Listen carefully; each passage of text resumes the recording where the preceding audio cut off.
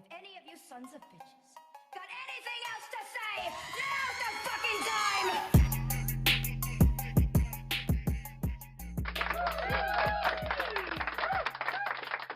time! What's going on, friends? How's everybody doing? Happy Tuesday. It's still raining out. Although, you know what day it wasn't raining? Sunday. Sunday, it was not raining. Sunday, it was actually sunny out. And guess what I did not do? I did not go ride dirt bikes. God. So stupid. So stupid. Shoulda went riding. Didn't happen. Oh well. What are you gonna do? There'll be more nice days. I mean, we're only at the beginning of winter, right? I'm sure there'll be plenty more sunny days for us to enjoy. Yeah, probably not. I really do wish that this soundboard had a boo button on it, but it doesn't. That's okay though. Still had a great weekend. I think I'm making another change to my show format. Initially, I was all about just banging out episodes, one after another, every single day, even on weekends sometimes. I don't think I want to do that going forward. I do believe in repetition and getting a whole bunch of reps, and practice, practice, practice, practice.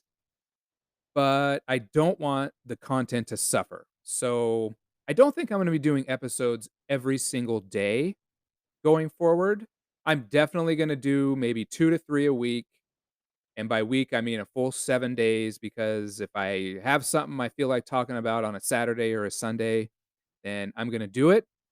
But 5 days a week, Monday through Friday, I feel like it's hard for me to come up with content that I enjoy talking about all the time, and I'd rather spend a little bit more time, doing research and trying to put out at least a quality product.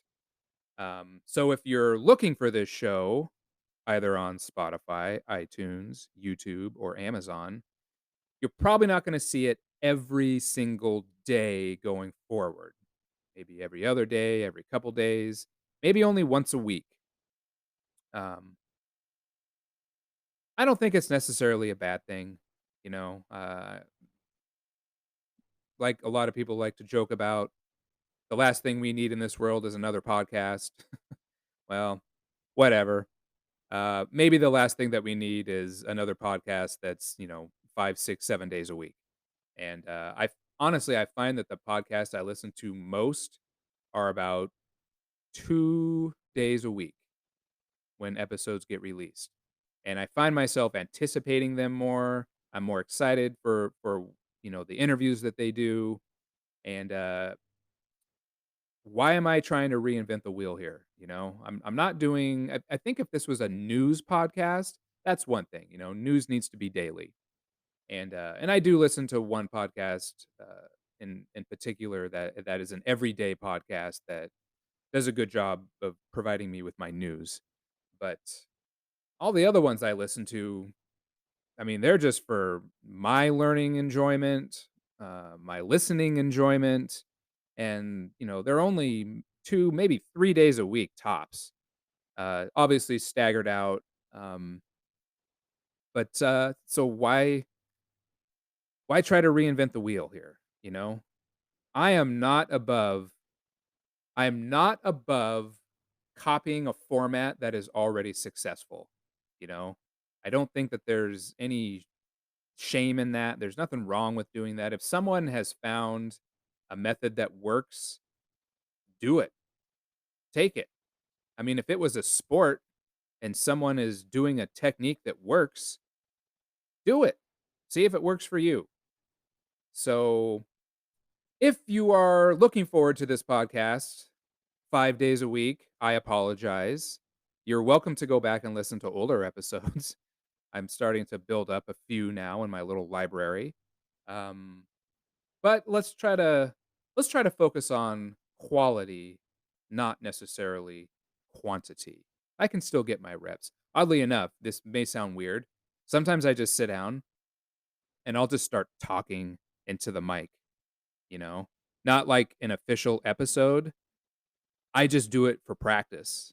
Because it really is weird to just sit in front of a microphone and, I have just a blank wall in front of me, like, I have my laptop here, but, to just sit and talk, and talk, and talk, and talk, it's a skill that I really did not appreciate, okay? Like, these guys that get paid and gals that get paid a lot of money, have a lot of sponsors, um, that they sit, multiple days a week and they talk, not just like I'm doing, at most a 50-minute show.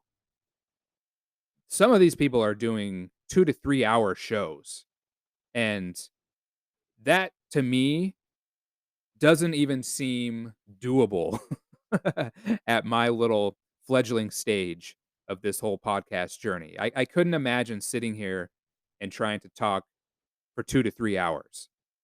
After 1 hour, I'm exhausted. It really is exhausting. It's a ton of fun, but it's hard, I if this is something that you've been wanting to do, first of all, my thing is do it, just try it. But I'm curious, and I think you'll find the same thing. It's especially like for me, I'm not a big talker in general. I've always been, I'm pretty quiet. When I'm comfortable around my friends, I have no problem, conversating or anything like that. But to just sit and cold talk, you know, like it's hard and it takes a lot of mental energy to sit and just do this and try to, not have a bunch of dead air and, I'm really trying not to be like, saying, all the time. Like that shit's hard. It's a lot more work than I thought it was going to be. Totally worth it. Super satisfying. I'm having a lot of fun doing it, but I think I really underestimated the amount of not only prep work I think that goes into it, because obviously the more prepared you are, the less stupid you sound. But I didn't realize how hard it was going to be to just have to sit and just talk continuously. You know, on the I use Spotify's podcast creator just, on my laptop, and there's a clock that is counting. And so I have I can only talk for 30 minutes at a time, and then I have to stop and then start another basically another separate 30-minute segment. So every once in a while, you might hear what seems like a weird pause, and that's me trying to figure out within a 30-minute time frame where I'm gonna put my break at so that I can end one 30-minute block and then start a second 30-minute block, and I hopefully pick up at the exact same spot that I left off. And if you listen closely, I don't think I've pulled it off a couple of times. I can hear them. Hopefully you cannot hear them, but whatever. We are all learning as we go. I am learning something every single day, even at my age. Not a day goes by that I don't learn something. And I mean, lately it has to do with basically creating, writing, producing, starring in this show. So it's it's been a lot of fun.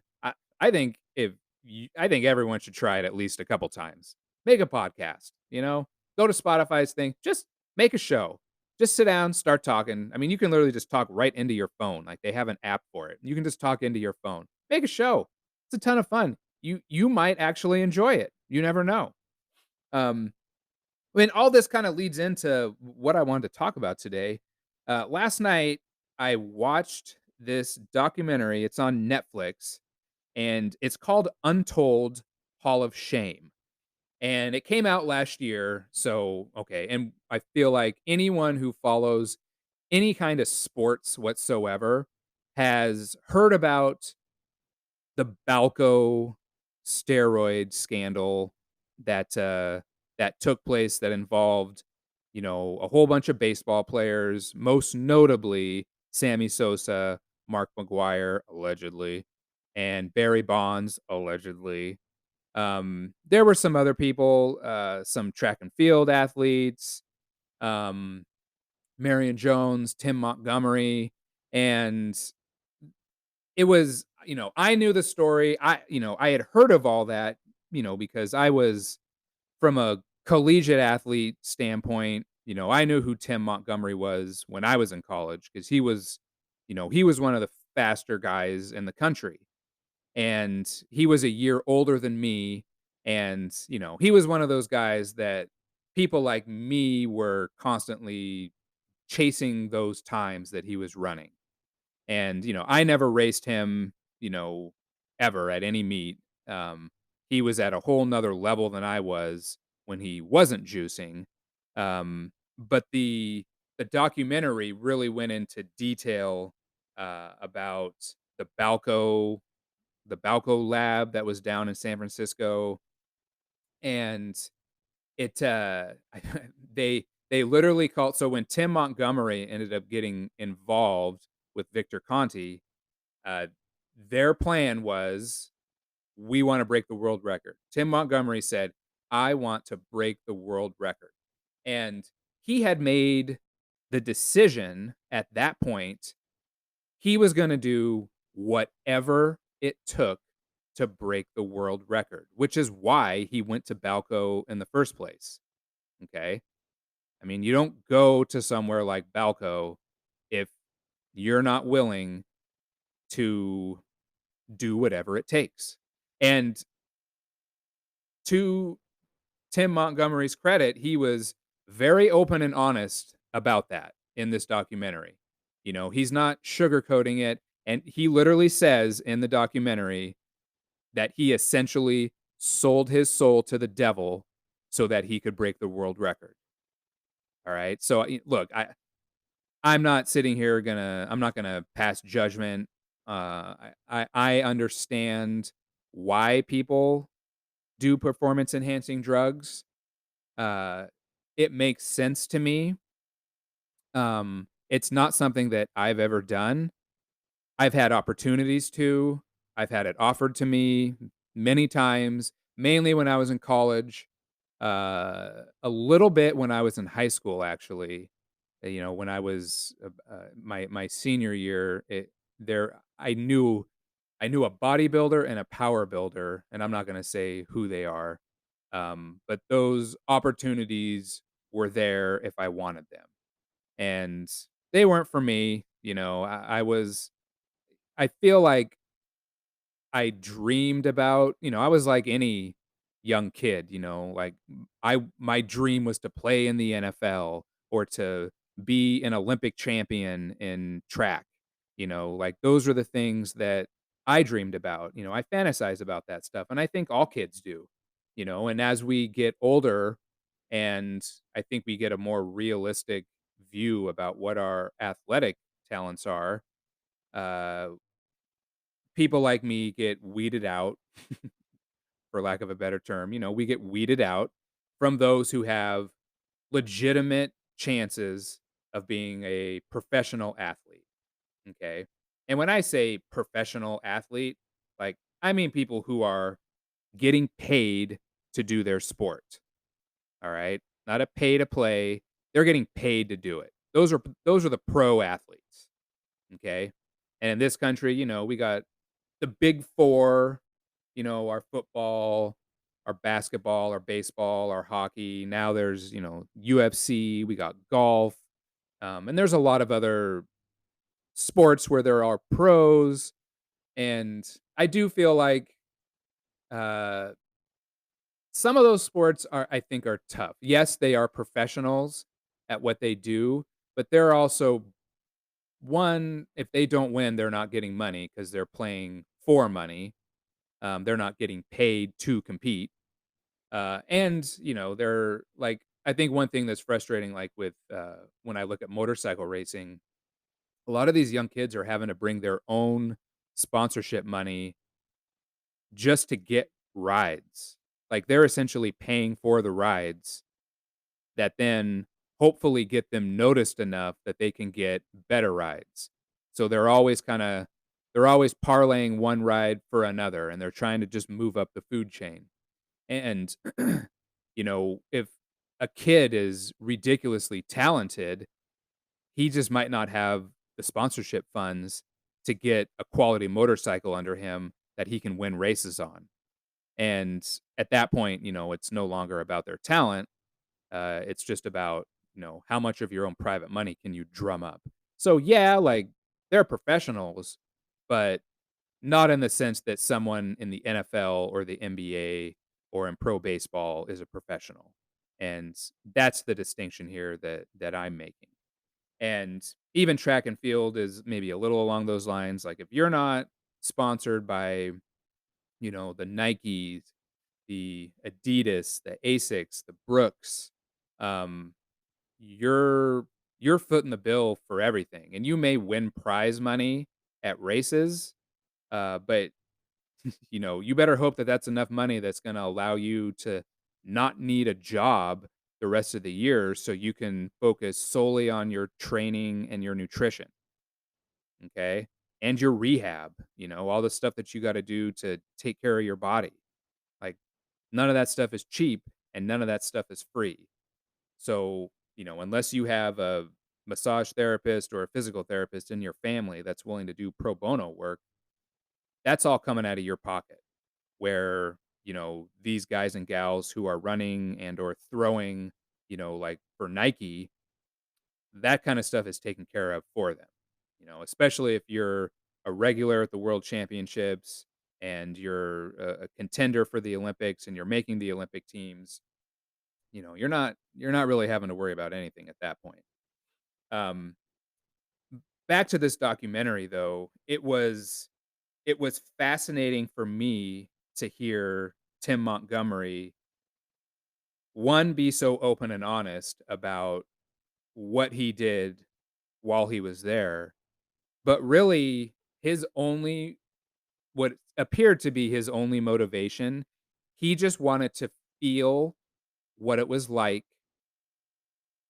to be a world record holder. He wanted that feeling of knowing that in, whatever that moment was, if and when it came, that he were to break the 100-meter world record, he wanted that feeling of knowing he was the fastest man on earth, okay? And he was willing to do whatever it took, whatever it took to get there. And in his case, whatever it took was performance enhancing drugs. And I know the documentary's been out now for a year, and I feel like at this point we all know the story of Balco, and the IRS and the FBI got involved, and Victor Connie went to federal prison for 6 months, and Tim Montgomery, he did end up breaking the world record. He ended up running a 9.78 in 2002, which at that time, that was the fastest time ever. Okay. Now keep in mind, I think it was the 92 games that Ben Johnson out of Canada, he broke the world record, but he was juicing big time. And if I remember correctly, Ben Johnson's coach, he coached Tim Montgomery. So, I feel like the coach probably knew what he was doing, but he also knew how to get someone over the hump. Wink, wink, if you know what I'm saying. Okay.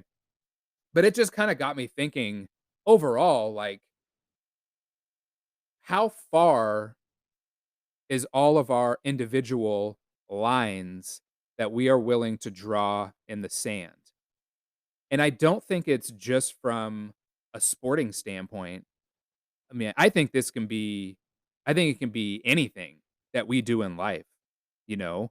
How obsessed are we willing to be to become good at something?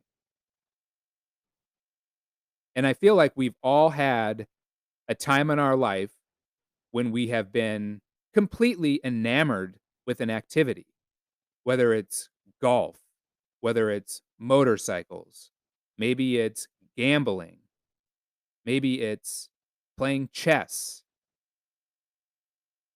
Maybe it's woodworking, you know?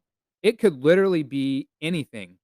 How much of ourselves, how much of our sanity are we willing to give to any activity to even just be good at it? I'm not talking about being great, maybe even just being competent at it, you know? The level between someone who's a good golfer and a great golfer is astronomical. Like, I know a lot of good golfers. I really do. I know a lot of good golfers. Guys that are good. They're consistent, they hit the ball straight, their iron games are good. They're good golfers. They are nowhere near great. They are so far away from the PGA Tour, it's laughable. Like, that step to go from good to great, it's almost we're all I feel like I'm almost unable to wrap my head around it, what it takes to get to that level. And I think what someone like Tim Montgomery faced was that he was a great sprinter, but to go from being a great sprinter to the best ever, man, that's almost as big a jump. Almost. Someone at his level can see it, like they're close. He was running sub 10 in the 100 meters over and over and over, 999, 991, 995s. He's consistently sub 10 seconds in the 100 meter. But to drop from a 99 to a 978, that right there, the steroids is the difference in being just another professional sprinter. And don't get me wrong, he was an amazing sprinter, but the difference between what he was doing and being the best ever was massive. And he just physically couldn't get there on his own, you know? And he made the decision, like a lot of athletes did. Marion Jones made that same decision. She went to prison. She went to prison for perjury. However, like, we're not stupid, okay? Everybody knows she was juicing. She failed drug tests and then lied about it, and that's what did her in. But she sold her soul to the devil as well. Ben Johnson sold his soul. Their line in the sand that they drew was so far out there that essentially anything that they did, they were gonna be okay with. I don't know. I don't I don't hate them for it, you know, because, like, when I look back at my own athletic journey, physical fitness journey, the hobbies that I've had, I have been willing to break my body to try to become as good as I can be, you know, against all the advice, that and criticism that I would get from my friends, especially when I very first started racing motorcycles.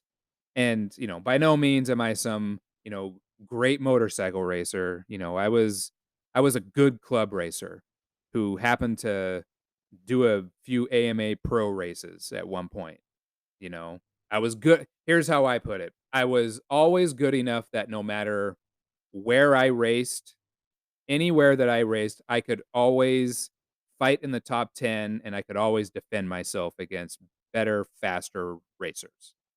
Okay.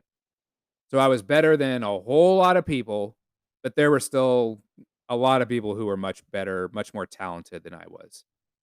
I got into motorcycles in general very late in my life, and it's the learning curve was definitely a little steeper for someone who gets a late start. Okay, let's put it that way. So when I look back, I became completely obsessed with racing to the point that I was spending all my money on it. I would pay my bills, I made sure that I had food in my fridge and my mortgage was paid, and then essentially everything else revolved around racing. Like, I was so broke for making as good a money as I made, it was hilarious. But I was willing to sacrifice a social life. I was willing to sacrifice vacations.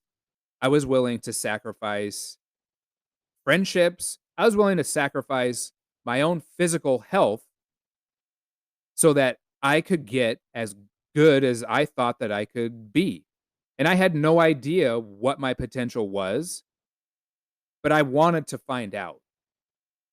And unfortunately, in motorcycle racing, when you push the envelope, you're going to crash. It's just a matter of time. And I have crashed a lot of times. All right. I crashed a lot. I've been hurt pretty bad.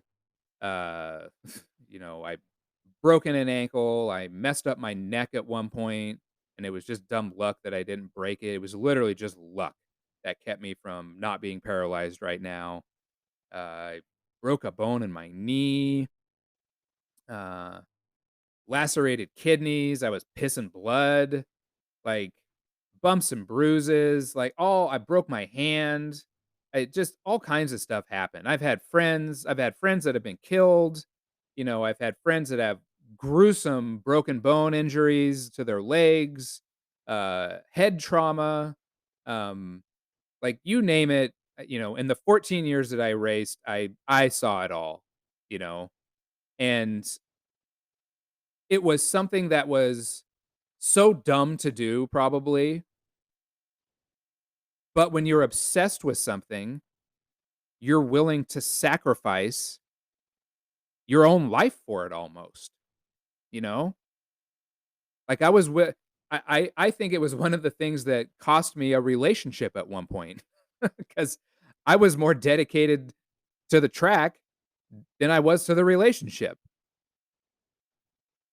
and it didn't even bother me at the time. I was like, "Okay, well, whatever, this is what I do," which probably goes back to some other issues that I was having, but I was so fixated on trying to become what I perceived in my mind as great that I didn't even care. It didn't bother me in that moment in time. It just didn't bother me.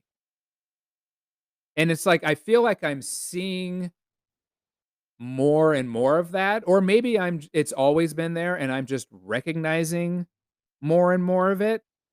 I don't know. I look at, obviously, to get to the level of being a professional athlete, like, to get to th just think what it takes to get to Division I football in general. Like, big time Power 5 conference Division I football. It's insane. I mean, you can't simply be talented anymore. Everybody's talented at that level. Even the walk-ons are talented. Even those walk-ons are unbelievable anymore. But you look who they're going up against, you know? Guys like, the Caleb Williams, and yeah, I don't know really a lot of college football players. I don't really watch a lot of college football anymore. But to get to that level takes an ungodly amount of sacrifice from an extremely young age. And is it worth it? To them, I feel like they would say, Hell yeah, 100% it's worth it." The head injuries are worth it. The failed relationships are worth it. The long travel nights are worth it. Countless hours in the weight room are worth it. Doing rehab was worth it. These guys are always hurt. And anymore, they may get recruited by a school, go to the school, And then they find out, well, now everyone here is talented. So now they're sacrificing a potential great situation by entering the transfer portal. So now these kids are just bouncing around all over the place, trying to find that sweet spot where they can get the most playing time. So now they're sacrificing more relationships. Now they're sacrificing potentially more playing time in a system that they've already put 1 year into. But they're doing whatever it takes to try to get to that next level, which is the NFL, the obsession, the dream, the fantasy, what we all had as young boys who played football, except 99.99999% of us had 0 shot of ever making it to the NFL. So it's interesting to me. It's interesting that people will sacrifice their entire lives for something that may or may not happen, and I just hope that it brings them happiness, you know? I feel like at least as we get older and we are in a position to take care of ourselves, like we got steady jobs and, you know, families and support systems and, all that shit. It's like, okay, I can become obsessed with a hobby, but it's not my sole purpose. I'm not putting all my eggs in one basket, like my now I have multiple baskets and, my life is very diversified and, at the end of the day, maybe I still understand that this is a hobby and it's not the end of the world if, I maybe don't get as high into this hobby as I thought that I was capable of getting or reaching the heights I thought I was capable of reaching. Um, but it doesn't change the level of sacrifice. I feel like, like I still sacrificed. I still beat the shit out of my body over 14 years. I beat the shit out of my checking account. I know that. Maybe I beat the shit out of my sanity too. I'm curious, who out there has a similar story to where, and regardless, it could be a job that you sacrificed for. It could be a hobby that you sacrificed for. Maybe it was a relationship that you sacrificed for that, man, I just really wanted this relationship to work. Maybe it did, maybe it didn't. At Jake Brown Pod on Twitter and Instagram. The DMs are always open. On Twitter, I actually post all of my episodes. So you're welcome to leave a comment under the appropriate episode. But I'm curious, like, what have you guys sacrificed? I know a lot of my friends have sacrificed a lot and have worked very hard. I feel like I have a lot of very successful friends. And I think that, and I heard someone say, I don't know, sometime a long time ago, and I've heard it a few times over the years that uh successful people tend to hang out with successful people, like kind of like the sum of your friend groups is kind of how successful, you ultimately are. I don't like this. Maybe I'm not explaining that very well. Like someone who's ridiculously successful isn't hanging out with losers doing stupid shit every day. You know what I mean? That's I can't think of a scenario where that happens. You know, I feel like I don't hang out with losers. I hang out with quality, grounded, successful, positive people. We may be a little jaded. We may be a little fucked up in the head from time to time, but by and large, the people that are in and I feel like I have a couple of different circles of friends. What we all have in common is that essentially we are all pretty damn successful. And success doesn't necessarily mean, we're rich or anything like that, but we're all fairly happy. We're all fairly stable, contributing to society, adults. I feel like common sense runs runs rampant through my friend groups. Okay. But that doesn't mean that they haven't also sacrificed at some point in their life and become obsessed with an activity, become obsessed with a goal. I think that's okay. I think it's a good thing to be obsessed with something like that.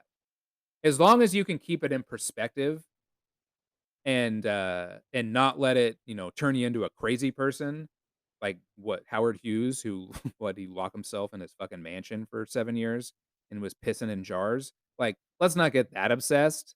I think that's an unhealthy obsession. That's a little too far, you know? He drew his line in the sand and fucking sprinted past it for about 7 years. Too much, all right? But I think it's okay to set a goal like, "Hey, I want to XYZ, and I'm willing to sacrifice XYZ to make those goals happen." I don't think there's anything wrong with that at all.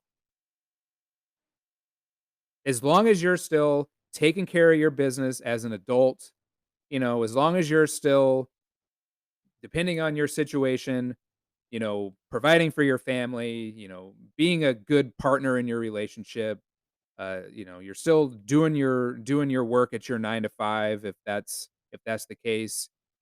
If you're handling your business outside of that hobby, then by all means, go be obsessed with that hobby. Go bust your ass. Go work as hard as you can fucking work and become the best at that activity that you can be. And maybe that hobby is your job, you know? Maybe maybe the goals you set are just work-related goals because you wanna rise as high as you can in your company. Awesome. Do it. I find myself right now, like, I think I'm coming up on a year of boxing. It'll be a year in February. Um, I have become obsessed with boxing. I've become obsessed with 2 things. I've become obsessed with boxing and and becoming a better dirt bike, like an enduro rider. All right. And I find myself, I am constantly watching videos and trying to get as much practice in and absorb as much information as I possibly can because I want to get as good as I possibly can at both of those activities. And I have room in my life to focus on both of those activities. Mainly the boxing right now since I do that, every night. And I f I'm surrounded by like-minded men and women right now who feel the exact same way. I go to boxing practice at night, and it's a bunch of guys and gals that, to me, feel just as obsessed. Like, we can't wait to get there. Every day, I know, like, tonight, I know it's circuit training night, and I'm excited for it. And it's gonna hurt, and I know I gotta jump and do the toe taps on that stupid ass tire, and I hate doing those because I don't bounce like I used to, okay? My legs just don't quite work like they used to, but I'm still excited to go. I'm still excited to go. I can't wait to get there, and I get that same feeling from everyone else. We are all so excited to just start working and practicing our skills, hitting the heavy bag, working our combinations, doing mitt work, doing footwork drills. Everyone there is so fucking geeked out to do that. It's infectious. It is so infectious. Like, I hope that everyone out there has some sort of obsession like that they look forward to on a daily basis. If you don't, Man, like, there's part of me that feels sorry for you.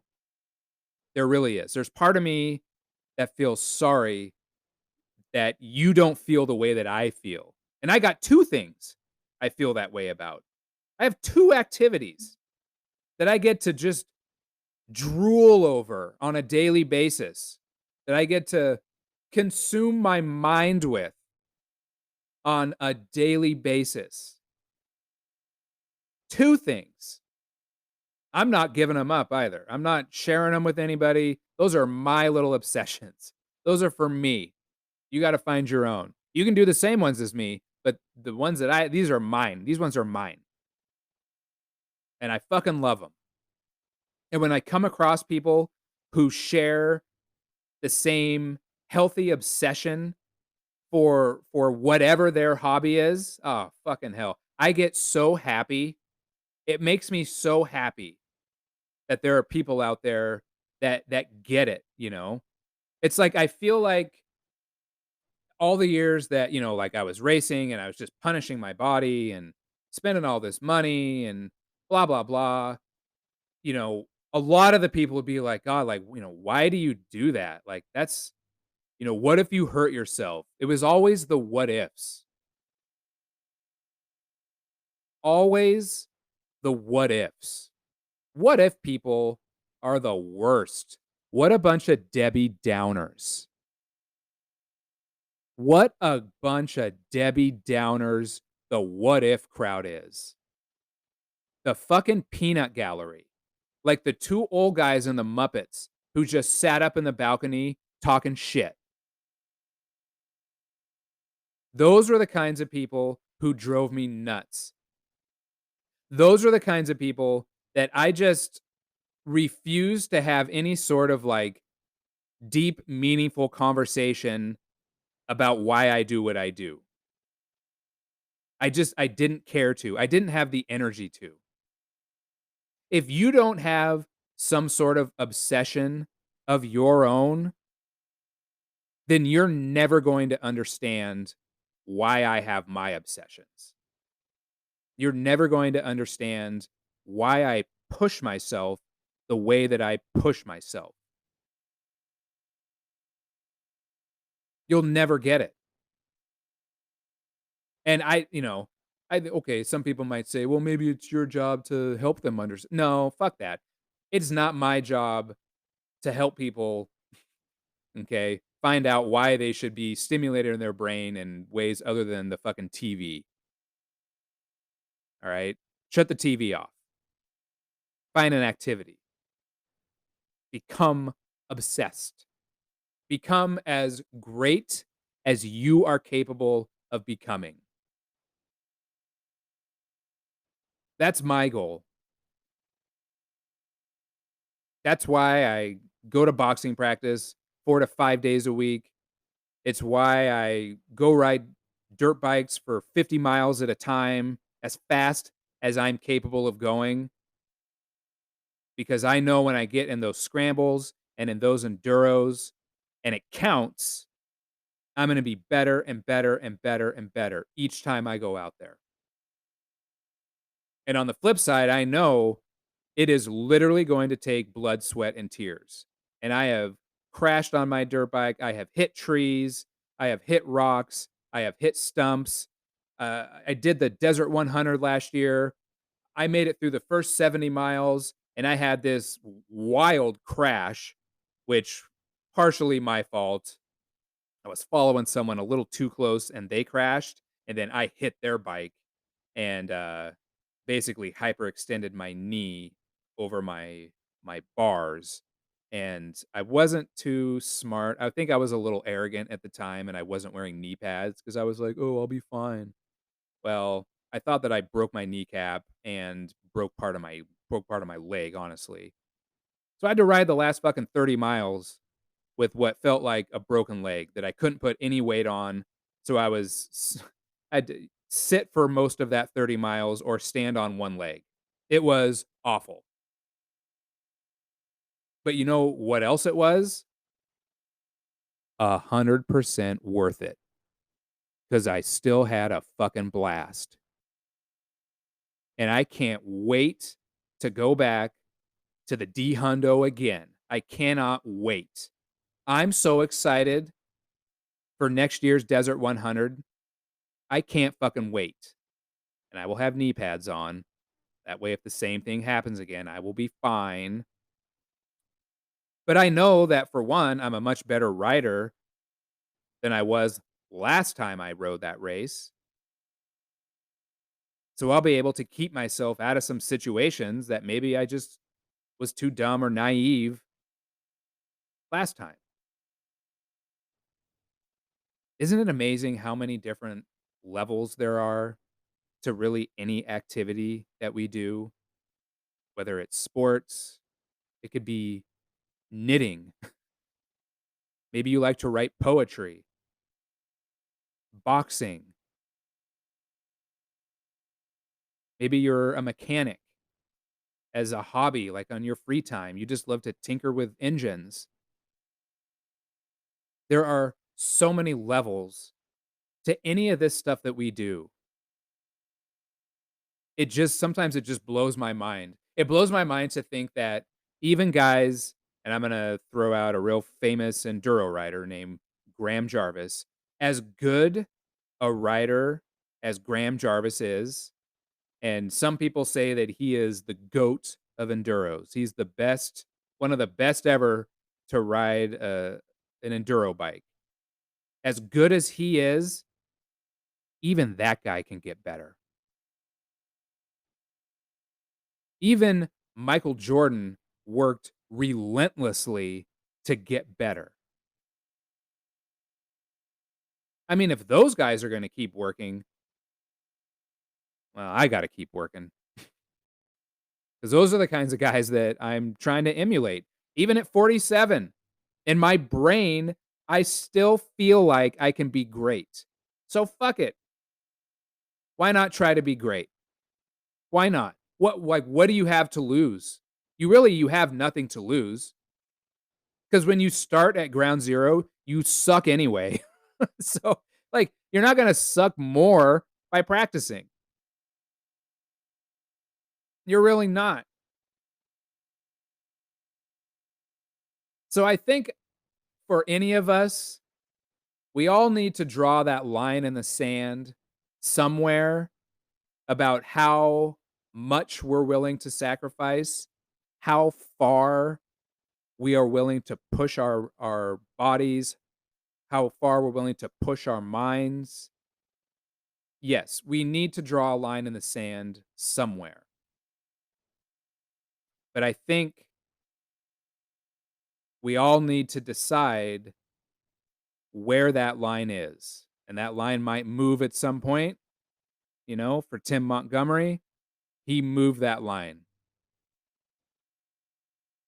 I'm not willing to move the line too much further from where it is now. Not that far out to where I would start using performance enhancing drugs. But maybe I am going to start to get a little more willing to take bigger risks on my dirt bike. Maybe at some point I'm going to be willing to move that line and get in the ring for an actual sanctioned fight as opposed to just sparring. Right now, I'm not willing to do that. But at some point down the road, eh, who knows? I might be. All right. That's my show for today. I appreciate everyone who subscribes, everyone who downloads, everyone who listens, everyone who leaves comments, constructive criticism. Thank you from the bottom of my heart. I really appreciate it. I know it's raining, but try to get outside, find something to do, get some fresh air. Got anything else All to right, say? peace out, people. Make it a great day.